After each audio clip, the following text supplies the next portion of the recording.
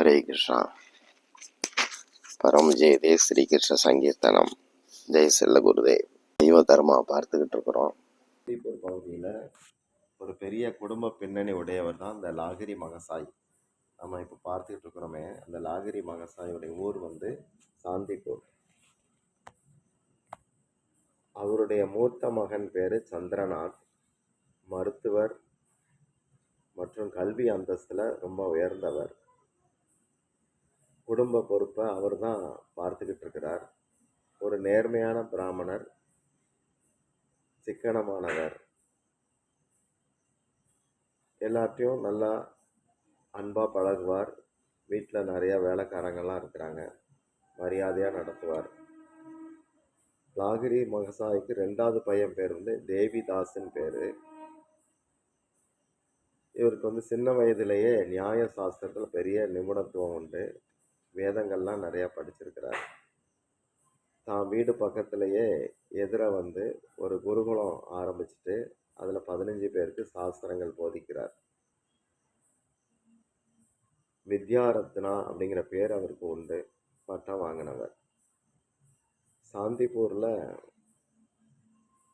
காளிதாஸ் அப்படின்னு சொல்லி ஒரு துறவி இருக்கிறார்.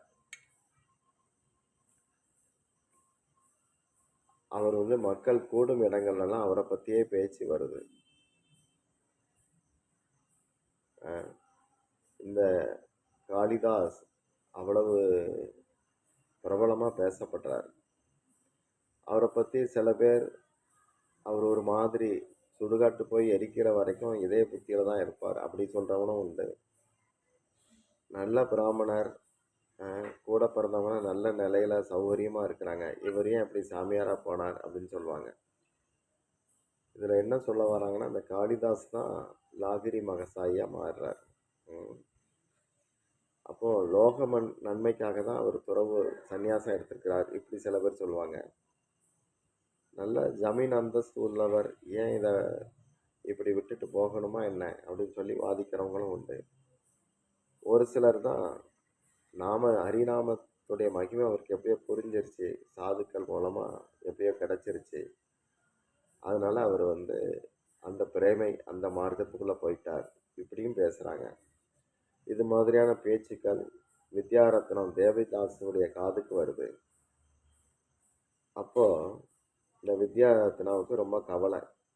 ஊரில் நம்ம ஒரு மதிப்பாக வாழ்ந்துக்கிட்டு இருக்கோம், இங்கே இப்படி பேசுகிறாங்களேன்னு அவருக்கு ஒரு வருத்தம். இதை பற்றி அண்ணன் சந்திரநாத் அண்ணன்கிட்ட போய் சொல்கிறார். அண்ணா, நம்முடைய அப்பா பெரிய பிரச்சனை ஆக்கிவிட்டார். நல்லா ஆரோக்கியத்தோட நதியாவுக்கு போனார் வருவார். கோத்ரும் பகுதியில் இப்போ ஏதோ ஒரு தரக்குறைவான சகவாசம் கிடச்சிட்டு போல தருது. ஊரெல்லாம் அவரை தப்பு தப்பாக பேசுகிறாங்க.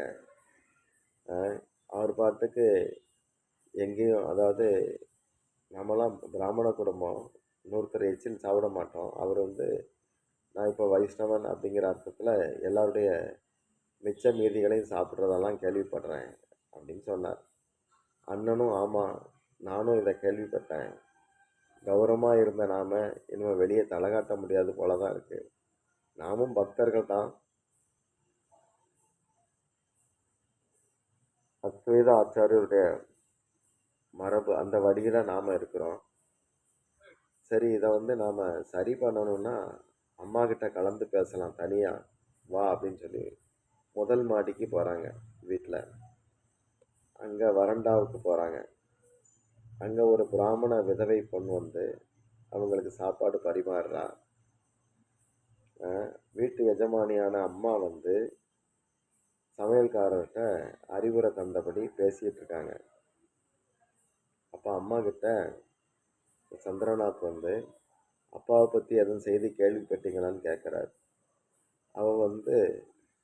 அவர் நவதீவில் தானே இருக்கிறார், ஹரிநாம தீட்சை பெற்றார், ரொம்ப பரவசத்தில் இருக்கிறார், அவரை நீங்கள் கூட போய் பாருங்க, முடிஞ்சா கூட்டிகிட்டு வாங்க அப்படின்லாம் சொல்கிறார். அப்போ தேவிதாஸ் சொல்கிறார், இளைய பையன், இல்லைம்மா, ரொம்ப ஆபத்து அது. அவர் சந்நியாசம் வாங்கியிருக்கிறார். ஒரு சன்னியாசியை திரும்ப நம்ம வீட்டுக்கு கூட்டிகிட்டு வந்தால் நம்முடைய பிராமண சமூகமே நம்மளை புறக்கணிச்சிடும். அப்போ அம்மா சொல்கிறாங்க, அப்படிலாம் இல்லை, நான் கொஞ்சம் முன்னாடி கங்கை கரையில் நின்றுட்டு இருக்கிற போது ஒரு மூத்த பக்தருடைய மருமகா கிட்ட பேசினேன். வைஷ்ணவர்கள் மத்தியில் உங்கள் கணவர் ரொம்ப ரொம்ப மதிப்புக்குரியவராக மாறிட்டார், இப்படி தான் நான் கேள்விப்பட்டேன் அப்படின்னு சொல்கிறேன். அப்போ தேவிதாஸ் கோபத்தில் மதிப்பா அப்படின்னு சொல்லிட்டு பூ அப்படின்னு ஊதுறான். ஒன்றும் கிடையாது அதெல்லாம் அப்படின்னு ஊதுறான்.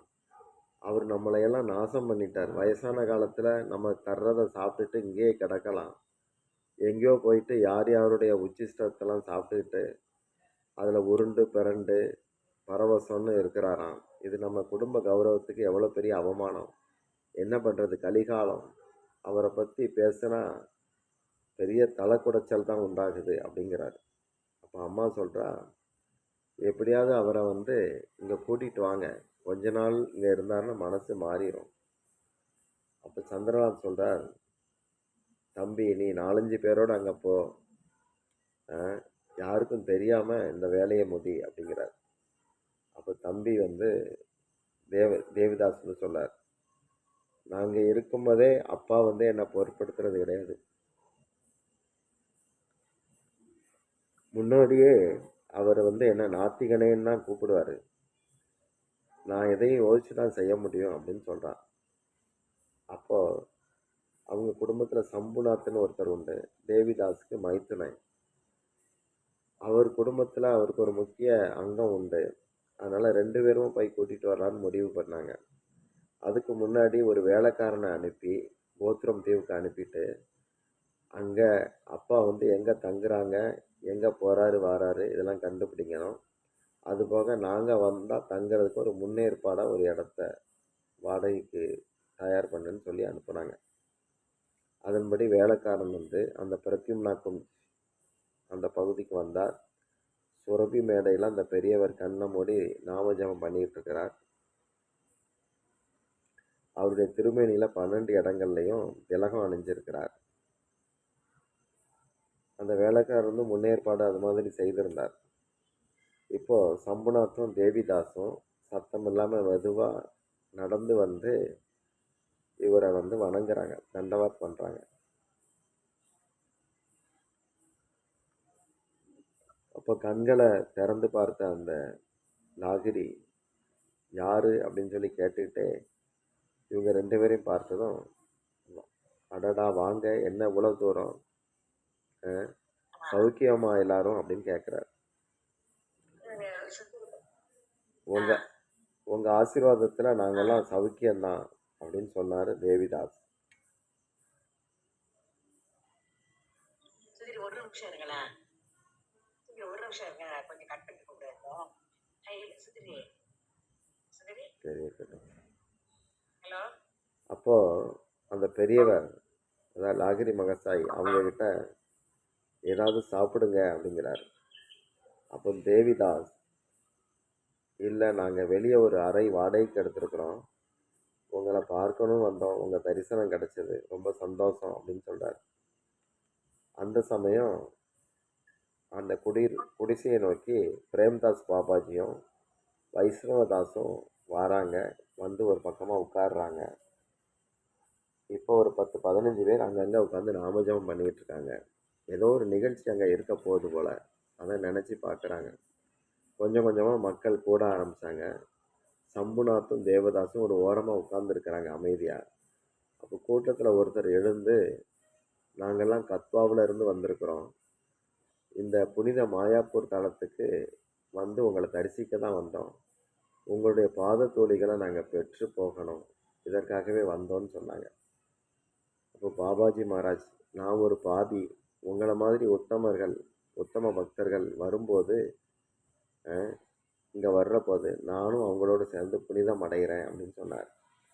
அப்போ வந்திருந்த பக்தர்களில் மூத்தவர் பாட ஆரம்பிக்கிறார். மிருதங்கம் கர்த்தால் சத்தம்லாம் உச்ச ஸ்தாயில வருது. ஹரே கிருஷ்ணா மந்திரம் பாடினாங்க. சில பேர் சந்தோஷத்தில் பரவசமாக ஆடுறாங்க. இந்த ஜெயதா ஜெயதான்னு ஒரு பாட்டு உண்டு, அதை பாடுறாங்க. அஹ் அப்புறம் பஞ்சதத்துவம் பாடுறாங்க. பஜ ஸ்ரீ கிருஷ்ண சைதன்யா பிரபு நித்யானந்தா ஸ்ரீ அத்வைத கதாதர ஸ்ரீவாசதி கௌர பக்த விருந்தா, அதை பாடுறாங்க. அதுக்கப்புறம் ஒரு பாட்டு, பெங்காலி பாட்டு ஒன்று பாடுறாங்க. அது ரொம்ப அர்த்தமுள்ளதாக இருக்கு. இரக்கத்தின் இன்ப ஊற்றே, இந்த சம்சார சாகரத்திலிருந்து எங்களை கரையேற்றுக. குருநாதரை பார்த்து பாடுற மாதிரியும் ஹரிநாமத்திட்ட பிரார்த்திக்கிற மாதிரியும் இந்த பாட்டு இருக்கு. சத்குருவே, எங்கள் மேல் கருணை காட்டுங்கள். காமினி, காஞ்சனம், அறியாமை, ஆணவம் இவைகள் எங்களை ஒட்டாதபடி காப்பாற்றுங்கள். நாம ஜபம் நன்றாக செய்ய ஆசீர்வதியுங்கள். அடுத்து எல்லா உயிர்களையும் மதிக்கிற ஒரு பண்பை எங்களுக்குள்ள விதையுங்க. அப்புறம் இதமான உங்களுடைய பாதங்கள் எங்களது வாழ்விலும் சாவிலும் கூடவே இருக்கட்டும். இப்படி அந்த பாட்டில் வருது. மாயை அப்படிங்கிற பேய் காத்து எங்களை சம்சார சாகரத்தில் தள்ளிருச்சு.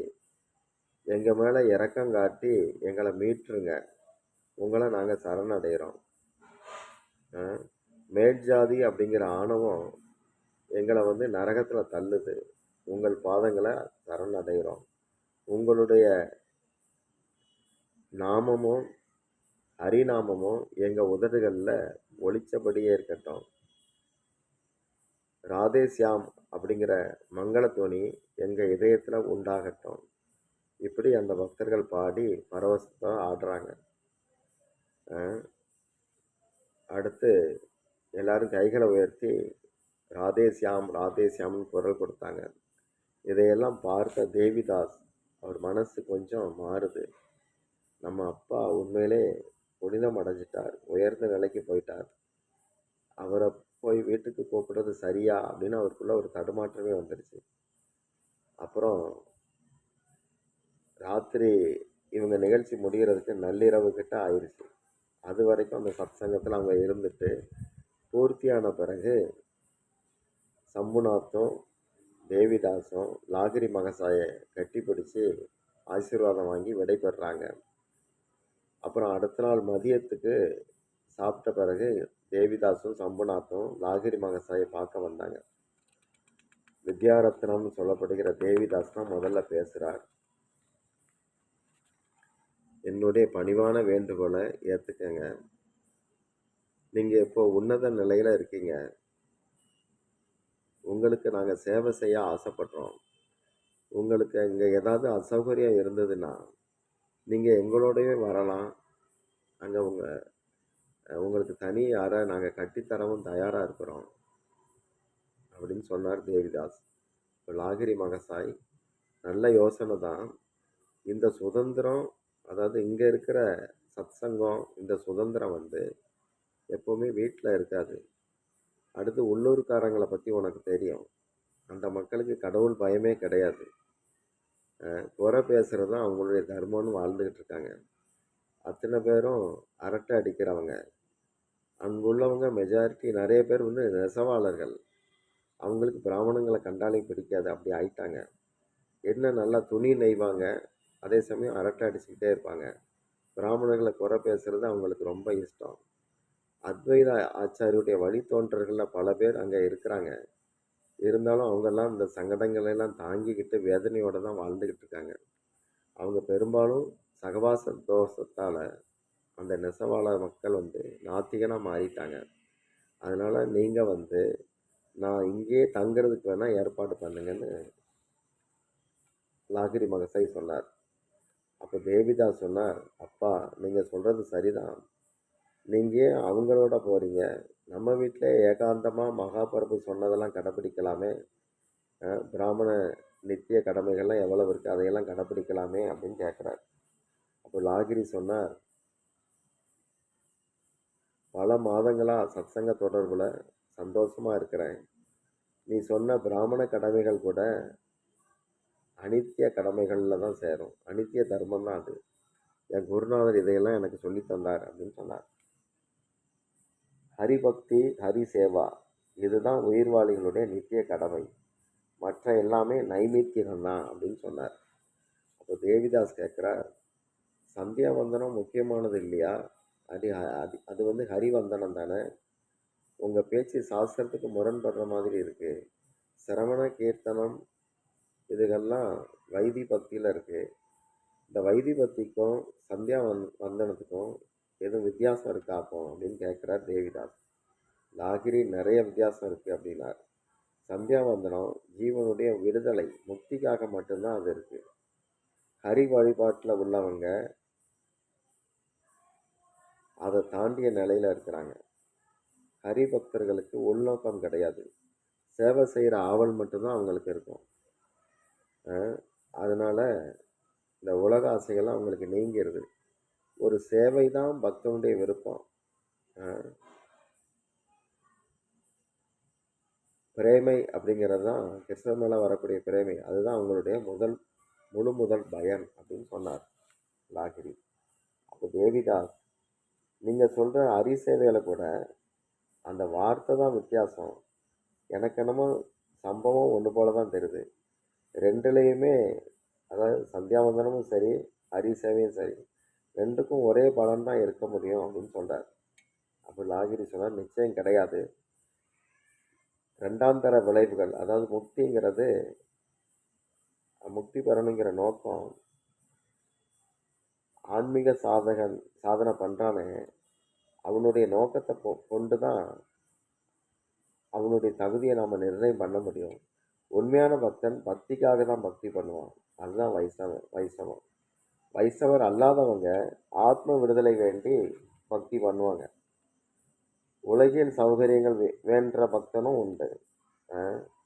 அவங்கெல்லாம் பக்தர்கள் தோற்றத்தில் இருக்கிறாங்க. ஆனால் உள்நோக்கம் வந்து வெளியே தெரியாததுனால நமக்கு ஒன்று போல் அவங்க தெரியுறாங்க, நல்லவங்களா தெரியுறாங்கன்னு சொன்னார். பகவான் ஹரிக்கு தூய மனதோட சேவை செய்யணும். இந்த உயர்ந்த நோக்கம்தான் ஒருவன் மனதை வந்து சுத்தம் படுத்தும். அவன் விடுதலை பெற்ற உன்னதமான நிலையில் இருக்கிறான். உலக வாசனை அவனை அண்டவே முடியாது. கர்மயோகி ஏகாதசி விரதம் இருப்பான், அவனுக்கு வந்து பாபம்தான் போகும். ஆனால் வைஷ்ணவர் ஏகாதசி விரதம் இருந்தாங்கன்னா அவங்களுக்கு ஹரிபக்தியை நோக்கி நெருங்கி போகிறாங்கன்னு அர்த்தம். பகவானுடைய கருணை கிடைச்சவனுக்கு தான் இந்த நுணுக்கம் புரியும். உலக ஆசைகள் இருக்கிற எல்லாருமே வந்து இரண்டாம் தர பலனை தான் உத்தேசித்து ஆன்மீக சாதனை பண்ணுவாங்க. கிருஷ்ண பக்தர்கள் மட்டும்தான் முதல் தரமான விளைவுகளை பெறுறாங்க, அதாவது ஹரி சேவை மனப்பான்மையை பெறுறாங்க. அப்போ தேவிதாஸ் சொல்றார், அப்போ ஏன் இந்த ரெண்டாம் தர பலன்களை பற்றி சாஸ்திரங்கள் புகழ்ந்து பேசணும்? எதிர்பார்ப்புகளோட தான் இல்லை, அதாவது தேவிதாஸ் சரியாக தான் கேட்குறாரு. ஏன் அப்போ ரெண்டாம் தர பலன்களையே சாஸ்திரங்கள் பெரும்பாலும் புகழுது, முதல் தர பலன் நேரடியாக சொல்லப்படலையே அப்படின்னு கேட்குறார். அப்போ லாகிரி சொல்கிறார், உண்மைதான், மனிதர்களுடைய எதிர்பார்ப்பு தான் காரணம். அவங்களுடைய வழிபாடுகளே எதிர்பார்ப்புகளோடு தான் நடக்குது. வழிபாடு முதல் தரமானது. ஆனால் எப்போன்னா விழிப்புணர்வு பெற்ற நிலையில் செய்கிற வழிபாடு தான் முதல் தரமானது. இன்னொன்று வெளிப்படையாத நிலையில் செய்கிறது, அது இருட்டில் பண்ணுற மாதிரி. இப்படி இருட்டில் கிடக்கிறவங்களுக்காக தான் சாஸ்திரங்கள் வந்து நோன்பை புகழ்ந்து பேசுது. அதே நிலையில் அவங்க கிடக்கட்டும் அப்படின்னு சாஸ்திரம் நினைக்கல. மேலும் மேலும் அவங்க உந்தப்பட்டு நல்ல செயல்களில் அவங்கள ஈடுபட வைக்கணுங்கிறது தான் சாஸ்திரங்களுடைய நோக்கம். நிழல்ல இருந்து நிஜத்தை நோக்கி போகிற மாதிரி இதை அப்படி புரிஞ்சுக்கணும். சாஸ்திரங்களை வந்து சாதுக்கள் மூலமாக கேட்டறிஞ்சு முதல் தர நிலையை புரிஞ்சுக்கணும். அப்போது அவங்களுடைய ஆசீர்வாதம், முறையான விருப்பம், ஆர்வம் இதெல்லாம் நமக்கு விருத்தியாகும். அப்போ தேவிதாஸ் கேட்குறார், ரகுநந்தன் ஆச்சாரியா இன்னும் பல ஆசிரியர்கள்லாம் எழுதியிருக்கிறாங்களே, அவங்கெல்லாம் அப்போ விழிப்புணர்வு பெறாமலே எழுதுனாங்களா அப்படின்னு கேட்குறார். ரகுநந்தன் ஆச்சாரியை பற்றி தெரிஞ்சுக்கிடணும். முகுந்ததாஸ்னு ஒரு பக்தருடைய பிள்ளை அவர் ரகுநந்தன். மகாபிரபு காலத்தில் இருந்தார். அந்த சின்ன பையன் ரகுநந்தாவை முகுந்ததாஸ் வந்து சைத்தன்ய மகாபிரபுட்ட ஆசீர்வாதத்தை கூட்டிகிட்டு போகும்போது மகாபிரபு கிட்ட அறிமுகப்படுத்துறார். என் பிள்ளை தான் இவன்னு முகுந்ததாஸ் சொல்லும்போது சைதன்யர் சொன்னார், அப்படி கிடையாது, இவனோட பிள்ளை தான் நீ அப்படின்னு சொன்னார். அந்த மாதிரி ஒரு ஆசீர்வாதம் ரகுநந்த ஆச்சாரியாவுக்கு. ஏன்னா அப்போ சைதன்யர் ஆச்சரியமாக முகுந்ததாஸ் பார்க்கும்போது சைதன்யர் என்ன சொன்னார்னா, யாருக்கிட்ட இருந்து ஒருத்தன் பக்தியை உள்வாங்கிறானோ அந்த நபர் தான் அவனுக்கு குரு, தந்தை. அந்த ரீதியில் ரகுநந்தன் உனக்கு எல்லாமா இருக்கிறார் அப்படின்னு சொல்லி வாழ்த்துறார். அப்போ ரகுநந்தன் ஆச்சாரியா எழுதுனதே விழிப்புணர்வு இல்லாமல் அவர் எழுதிட்டாரா அப்படிங்கிற மாதிரி இவன் கேட்குறான் தேவிதாஸ். நாகரி மகசாய் அப்படி பேசாத அப்படின்னு கண்டிக்கிறார். அவங்க பரிந்துரைத்த அமைப்பு ஆன்மீக விழிப்புணர்வு இல்லாதவங்களுக்குன்னு உண்டானது. அடுத்து அவங்களும் முதன்மை பலனை உத்தேசித்து தான் தேடுதல் அப்படிங்கிற நிலையிலிருந்து அதை எழுதியிருக்கிறாங்க அப்படின்னு சொன்னார். அப்போ தேவிதாஸ் சரி, அப்போ பெரும்பாலான சாஸ்திர கருத்துக்கள் இரண்டாம் தர பலனை தான் உத்தேசித்து பேசுது, முக்தி அடைகிறத பற்றி தான் பேசுது. முதல் பலன் ஏன் பேசப்படலைன்னு கேட்குறார். முதல் பலன்னா ஹரி சேவா ஏன் பேசப்படலை சாஸ்திரங்கள்லன்னு கேட்குறார். லாகிரி மகசாய் சொல்கிறார், மனுஷங்களுடைய யோக்கியதை அவ்வளோதான், அதை பொறுத்து தான் சாஸ்திரம் 3 விதமாக பிரியுது. சாத்வீக குணமுள்ளவங்களுக்கு சாத்வீகமான விளக்கங்கள், ரஜோ குணத்தவங்களுக்கு அதுக்கு தக்க உள்ள விளக்கங்கள், தமோ குணத்தை ஆள்களுக்கு அதுக்கேற்ற மாதிரி விளக்கங்கள். இப்படி சாஸ்திரங்கள் 3ஆக பிரியுது. அப்போ தேவிதாஸ் கேட்குறார், அப்படின்னா ஒருத்தன் எதைத்தான் ஏற்றுக்கிறது? குறைஞ்சிற நிலையில் இருக்கிறவன் தன்னை உயர்த்திக்கணும்னா எந்த நிலையை நாடணும்? இப்படி தேவிதாஸ் கேட்டார். இது மாதிரி அவங்க பேசிக்கிட்டு இருக்கிறாங்க. இது ஒரு பெரிய தொடர் வாதமாக போயிட்டுருக்கு. நாளைக்கு இதை அடுத்த கிளாஸில் மீதியை பார்க்கலாம். ஹரே கிருஷ்ணா.